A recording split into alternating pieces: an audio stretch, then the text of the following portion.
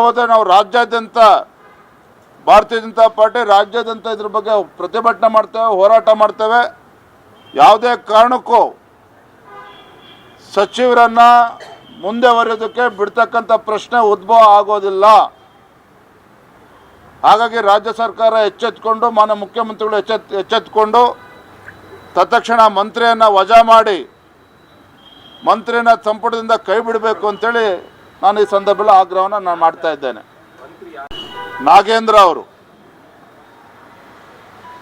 ಸನ್ಮಾನ್ಯ ನಾಗೇಂದ್ರ ಅವರೇನಿದ್ದಾರೆ, ಸಚಿವರೇನಿದ್ದಾರೆ, ತತ್ಕ್ಷಣ ಮಂತ್ರಿಮಂಡಲದಿಂದ ಕೈ ಬಿಡಬೇಕು ಅಂತೇಳಿ ನಾವು ಆಗ್ರಹವನ್ನು ನಾವು ಮಾಡ್ತಾ ಇದ್ದೇವೆ. ಕೆಲವು ಭಾಗದಲ್ಲಿ ನಮ್ಮ ಜಿಲ್ಲೆಯಲ್ಲಿ ಕೆಲವು ಭಾಗದಲ್ಲಿ ಆ ರೀತಿ ಇದೆ. ರೈತರ ಆರೋಪ ಏನಿದೆ ಅಂದರೆ ಕೆಲವು ಪಕ್ಕದ ಹಳ್ಳಿಗೆ ಹೆಚ್ಚು ಹಣ ಬಂದಿದೆ, ಪಕ್ಕದಲ್ಲಿ ನಮಗೆ ಹಣ ಬಂದಿಲ್ಲ ಅಂತ. ಸೊ ಈಗಾಗಲೇ ಕೃಷಿ ಇಲಾಖೆ ಮತ್ತು ಸಂಬಂಧಪಟ್ಟಂಥ ಇನ್ಶೂರೆನ್ಸ್ ಕಂಪ್ನಿಯವ್ರ ತಗ ಮೊನ್ನೆ ಚರ್ಚೆ ಮಾಡಿದ್ದೀವಿ. ಅದನ್ನು ಸರಿಪಡಿಸ್ತಕ್ಕಂಥ ಕೆಲಸ ಇನ್ನು ಕೆಲವೇ ದಿನಗಳಲ್ಲಿ ಆಗ್ತದೆ. ಸರ್, ಈಗ ಎಸ್ ಟಿ ನಿಗಮದ ಅಧಿಕಾರಿ ಸೂಸೈಡ್ ಮಾಡ್ಕೊಂಡಿದ್ದಾರೆ. ಹೀಗಾಗಿ ಸಚಿವ ನಾಗೇಂದ್ರರನ್ನು ವಜಾಗೊಳಿಸಬೇಕು ಅಂತ ವಿಜಯೇಂದ್ರ ಅವರು ಆಗ್ರಹ. ವಿಜಯೇಂದ್ರ ಅವರು ಪ್ರತಿ ದಿವಸ ಅವ್ರನ್ನ ವಜಾ ಮಾಡಿರಿ, ಇವರು ವಜಾ ಮಾಡಿರಿ ಅಂತ ಫಸ್ಟ್ ಅವ್ರ ಪಾರ್ಟಿ ಅವ್ರು ಸರಿಯಾಗಿ ಇಟ್ಕೊಳ್ಳೋಕೆ ಹೇಳಿ.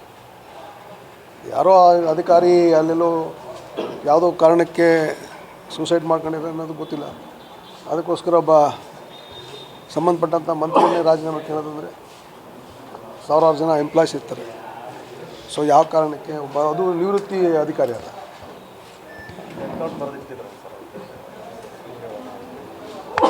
ಒತ್ತಡ ಇತ್ತು ಅನ್ನೋ ಕಾರಣಕ್ಕೆ ಏನು ಒತ್ತಡ ಬರೆದಿಟ್ಟಿದ್ದಾರೆ. ಸೊ ಅದ್ರ ಬಗ್ಗೆ ನನಗೆ ಸ್ಪಷ್ಟವಾಗಿ ಮಾಹಿತಿ ಇಲ್ಲ. ಏನು ಡೆತ್ ನೋಟ್ ಬರೆದಿದ್ದಾರೆ ಅಂತ ನನಗೆ ಮಾಹಿತಿ ಇಲ್ಲ. ಬೆಂಗಳೂರಿನಿಂದ ಮಂಗಳೂರುವರೆಗೆ, ಬೀದರ್ನಿಂದ ಚಾಮರಾಜನಗರದವರೆಗೆ ನಿಮ್ಮ ಸುದ್ದಿ ನಿಮ್ಮದೇ ಭಾಷೆಯಲ್ಲಿ. ಕರ್ನಾಟಕ ತಕ್.